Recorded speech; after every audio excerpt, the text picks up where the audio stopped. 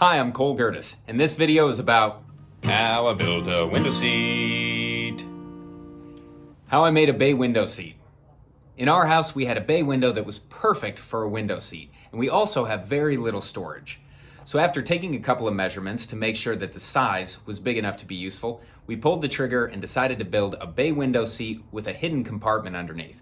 We now use that to store pillows and blankets and anything else that won't fit into our small closets. First thing I did was decide how tall we wanted the window seat to be. We landed on 20.5 inches tall because we knew we wanted a 2.5 inch really comfortable seat cushion on top. Since this was going into a bay window, the rest of the measurements were based on the depth and the width of the window themselves. Now we do live in an older house, which means the walls weren't exactly true. And so the cuts on each side weren't identical. To make sure the frame would fit properly, I measured the back and installed that first, and then leveled and cut the front. The front top and bottom part of the frame hit the wall where it was slightly curved. So we traced the exact shape on a piece of paper and then traced that on the 2x4 frame, and I cut it out with a jigsaw. The whole frame is built with 2x4s, and I used a Kreg jig to attach the braces to the main frame. Now that the frame is built, it was time to build the wooden frame detail for the front of the bench. I used 1x3 to frame the beadboard on the front.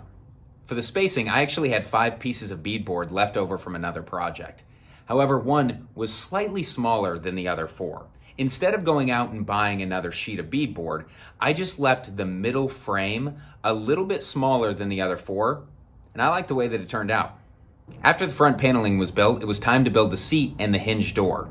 Now, as you can see from these photos of the build, I put the outer 2 braces of the frame horizontally to give me a little bit more room for the hinge door to land on. But in my middle 2 braces, where the hinge door was going to sit, I put those vertically. That gave me a little bit more room to reach down and grab some things out of that storage space.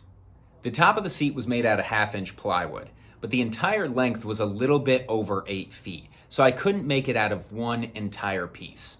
So instead, I cut the length out of the door and the back hinge.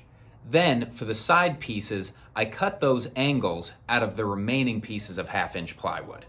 The door was cut so that it landed in the middle of those vertically placed braces. And we can still get to all of our storage even though the door may not open directly above it. To finish, I caulked around the entire top and sides of the window seat. There are some areas where the wall's not perfectly true, but once the caulk's put in there, it's barely noticeable. Because our seat wasn't a traditional size or even from side to side, we had difficulty in finding the window cushion. After a DIY attempt that didn't look that great, we ended up ordering one off of Etsy, and it is so comfortable and such an incredible place to make memories with the family. So we put their link down below just in case you had the same problems. All in all, the project took about 5 hours, and that included me figuring out the measurements and the cuts for a wall that wasn't exactly true. I hope you found this video helpful. If you did, please like and subscribe.